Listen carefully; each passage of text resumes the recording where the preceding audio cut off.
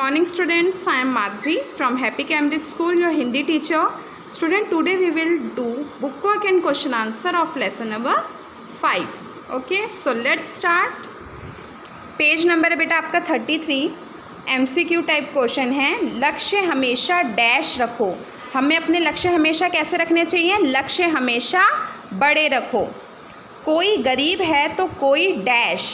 क्या बोला गया है? कवि ने क्या बोला है? कोई गरीब है तो कोई अमीर. ठीक है, राइट आंसर क्या है? अमीर. डैश राह पे ना मुड़ना तुम. क्या कह रहा है कवि? कि कभी भी गलत राह पे ना मुड़ना तुम. नेक्स्ट क्वेश्चन है बेटा, कविता की पंक्तियाँ पूरी करनी है. ये कविता की जो पंक्तियाँ हैं आपको बुक में से ही दी गई हैं. ठीक है, तो चलिए पढ़ते हैं. कोई डैश, क्या आएगा इधर? कोई गरीब है तो कोई अमीर, पर सबकी अपनी अपनी तकदीर. हर मंजिल डैश, हर मंजिल तुमको मिल जाएगी, गर कर्तव्य पथ पर बढ़े चलो, लक्ष्य हमेशा बड़े रखो. ठीक है, ये आपकी कविता की पंक्तियां हैं और आपको इसको अच्छे से लर्न करना है. ठीक है, चलिए अब हम चलते हैं अपने 4th क्वेश्चन की ओर.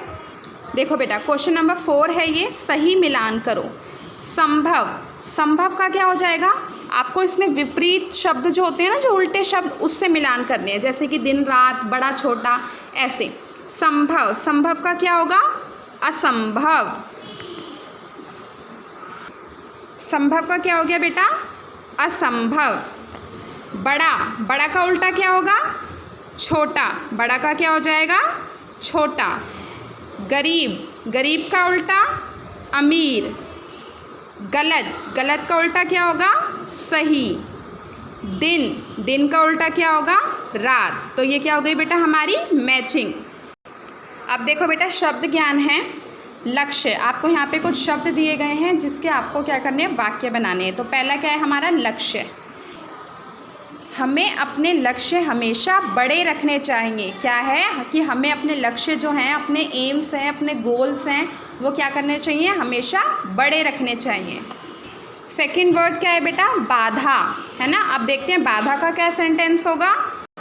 अब देखिए, हमें कभी भी किसी व्यक्ति के कार्य में बाधा उत्पन्न नहीं करनी चाहिए. हमें अगर कोई व्यक्ति कार्य कर रहा हो तो उसके कार्य में बाधा उत्पन्न नहीं करनी चाहिए.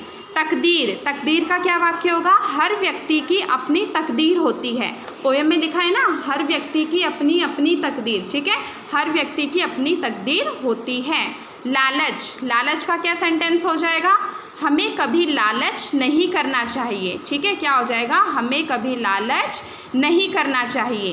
पर्वत, पर्वत का क्या होगा? हिमालय पर्वत भारत के उत्तर में स्थित है. हिमालय पर्वत जो है वो भारत के उत्तरी दिशा में स्थित है. ठीक है, अब देखिए बेटा, ये आपके पर्यायवाची शब्द हैं. पर्यायवाची शब्द आप सबको पता है क्या होते हैं? वर्ड्स अलग अलग होते हैं लेकिन जो उनके मीनिंग होते हैं वो बिल्कुल सेम होते हैं. जैसे कि पानी, पानी को हम जल भी कहते हैं, लेकिन है तो वो पानी ही ना. नेम अलग हो गया लेकिन मीनिंग सेम है, तो वो क्या होते हैं? हमारे पर्यायवाची शब्द. लक्ष्य, लक्ष्य का पर्यायवाची क्या होगा? उद्देश्य. पथ, पथ का पर्यायवाची मार्ग. बाधा, बाधा का पर्यायवाची क्या होगा? रुकावट. संभव, संभव का पर्यायवाची मुमकिन. तकदीर, तकदीर का पर्यायवाची किस्मत. अमीर, अमीर का पर्यायवाची क्या हो जाएगा? धनी. पर्वत, पर्वत का पर्यायवाची पहाड़. हमेशा, हमेशा का पर्यायवाची क्या होगा? सदैव, जो मतलब सदैव होता रहे. गरीब, गरीब का क्या होगा? निर्धन. गरीब जिसके पास पैसे नहीं है, कुछ भी नहीं है, वो भी गरीब. और निर्धन जिसके पास कुछ नहीं है, गरीब है, उसको भी क्या कहेंगे हम? निर्धन. मंजिल, मंजिल का गंतव्य, जिस स्थान पे हमें पहुंचना है, जो हमारी मंजिल है, तो उसे क्या कहेंगे हम? गंतव्य. पेज नंबर है बेटा आपका 33. क्वेश्चन आंसर हैं. फर्स्ट देखिए, बाधाएं आने पर हमें क्या करना चाहिए? जब हमारी ज़िंदगी में बाधाएं आती हैं तो हमें क्या करना चाहिए? बाधाएं आने पर हमें बाधाओं से लड़ते हुए आगे बढ़ना चाहिए. जब भी हमारी ज़िंदगी में बाधाएं आएँ तो हमें उनसे लड़ते हुए आगे बढ़ना चाहिए. मंजिल कैसे मिलती है?